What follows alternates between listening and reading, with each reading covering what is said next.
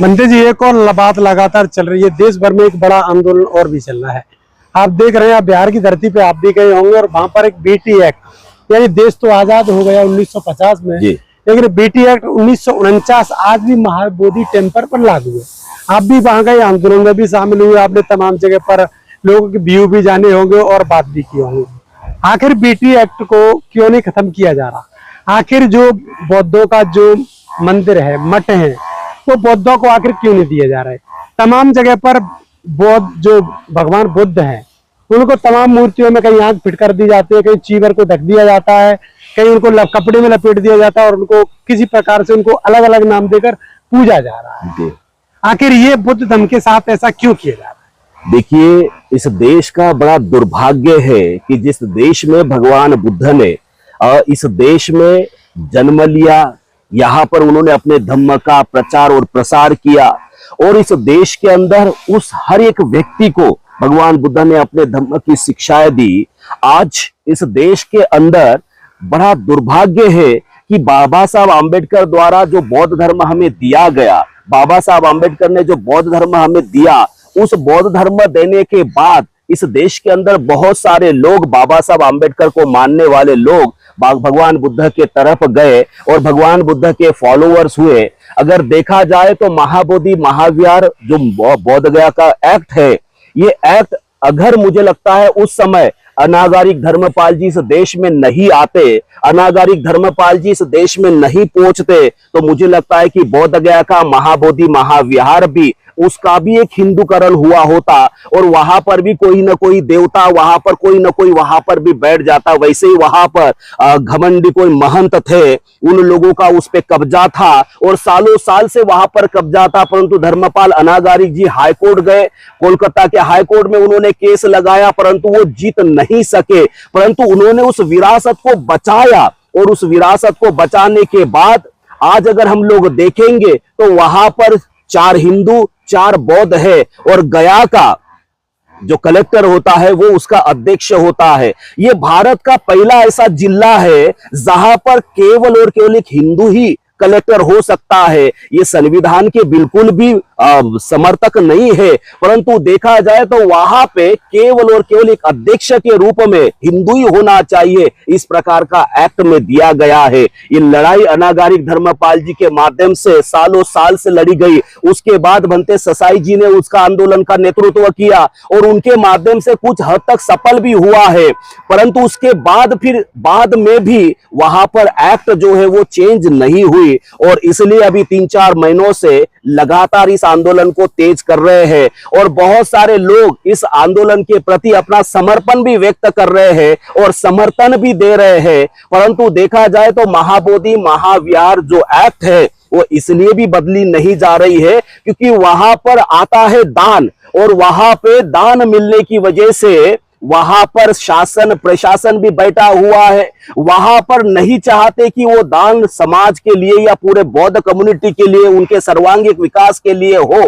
और इसलिए ये सारी जो राजनीति है, ये सारी राजनीति जो है वहां के दान के लिए की जा रही है, वहां पर फंड के लिए दी जा रही है। मैं बहुत आपके चैनल के माध्यम से मैं बताना चाहूंगा कि महाबोधि महाविहार अगर अनागारिक धर्मपाल जी नहीं होते तो शायद वो उसका भी हिंदूकरण किया गया होता।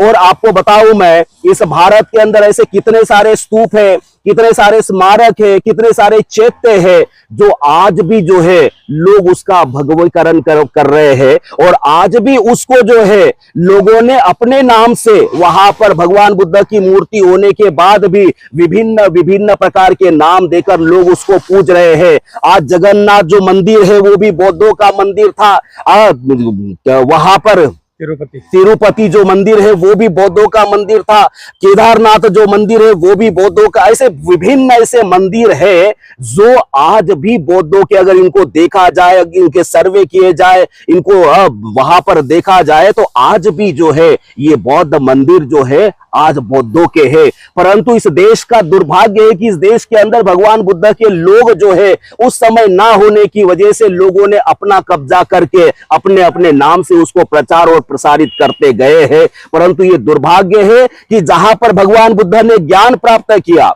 जहां पर भगवान बुद्ध ने बोधि प्राप्त की है, वही बौद्धों के हाथ में नहीं है। ये बौद्धों के साथ इस देश का शासन, इस देश के लोग बौद्धों के साथ सौतेला व्यवहार किया जा रहा है, और ये सौतेला व्यवहार अभी से नहीं सालों साल से होता जा रहा है। परंतु मुझे विश्वास है कि एक न एक दिन जहां पर भगवान बुद्ध ने ज्ञान प्राप्त किया है, वो बौद्ध स्थली बौद्धों के हाथ में होगी, और उसका पूरा प्रबंधन जो है बौद्ध ही करेंगे। आप वहां पर गए थे और आपने देखा कि वहां पर बड़े आंदोलन चल रहे थे। इसमें एक भिक्खू गए थे जेल, और उनका नाम था विनयाचार्य। वो लंबे दिनों तक जेल में रहे, शायद आपको उसकी जानकारी हो। आखिर उनको क्यों जेल में डाला गया?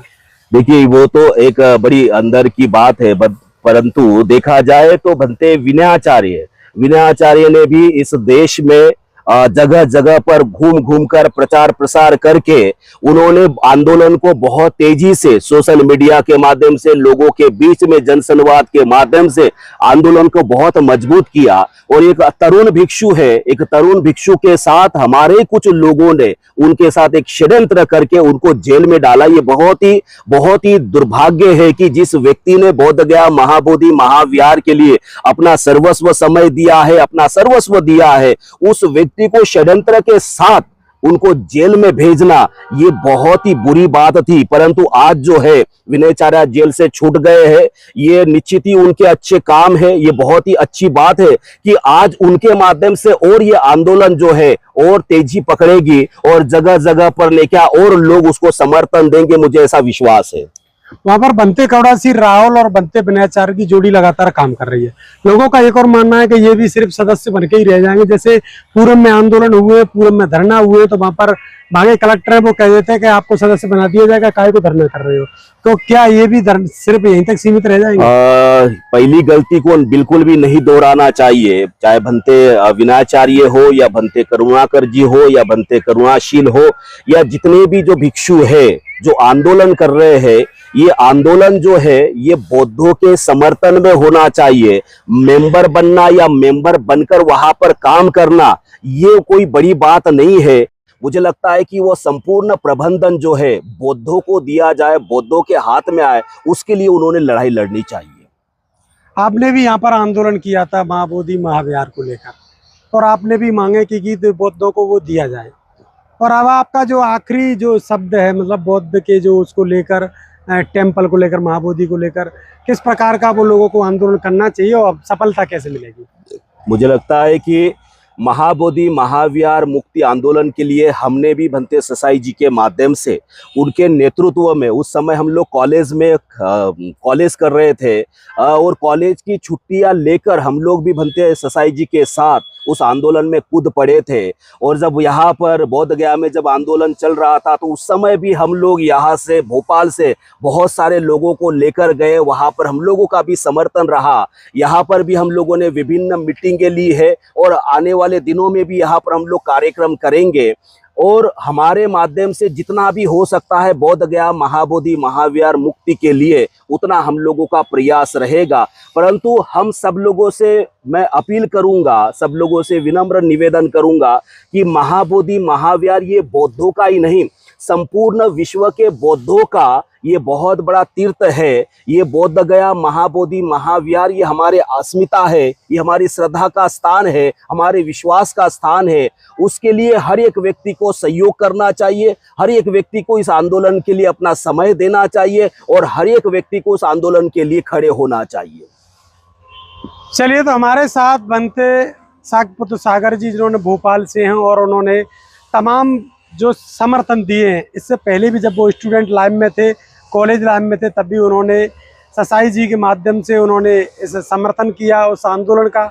और तमाम आंदोलन सफल करने के लिए कुर्बानियां तो देनी ही पड़ती है, चाहे उसके लिए प्रज्ञाशील क्या कहते हैं विनयाचार्य हो, चाहे कवड़ासी राहुल हो, करुणाकर हो, चाहे बनते शाकपुत्र सागर हो। उन्होंने भी इस भोपाल के अंदर एक बड़ी बड़ी लड़ाइयाँ लड़ी है, चाहे सामाजिक हो, चाहे वो भिक्षुओं की लड़ाइयाँ हो। जो मध्य प्रदेश में कई भिक्षुओं की ऐसी लड़ाइयाँ लड़ी जहाँ पर भिक्षुओं के साथ आंदोलन, राजधानी में रहते हैं तो बड़ा आंदोलन करते रहते हैं हमेशा।